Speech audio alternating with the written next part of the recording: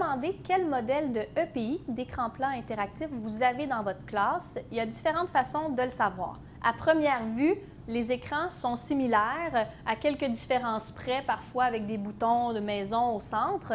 Mais pour en être sûr, vous devez d'abord ouvrir l'écran avec le premier bouton tout en bas à droite et ensuite observer ce que vous apercevez sur l'interface. Déjà, on peut voir une distinction au niveau des applications qui sont qui sont un peu différentes.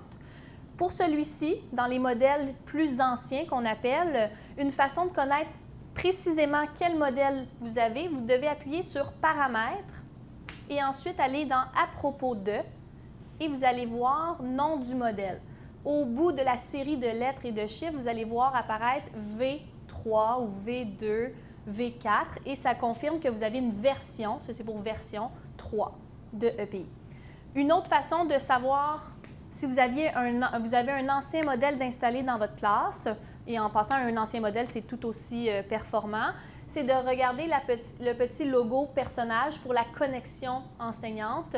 Et s'il est en haut à gauche du tableau, c'est des versions antérieures de EPI. Pour les versions plus récentes, qu'on appelle les V5, dès que vous apercevez des outils Google, donc que ce soit Google Chrome, Google Disc, Google Maps, c'est automatiquement un V5. La connexion aussi est en bas, un petit peu plus à droite de l'écran, et elle est possible à l'aide d'un code QR. Ça vous confirme que vous avez un V5.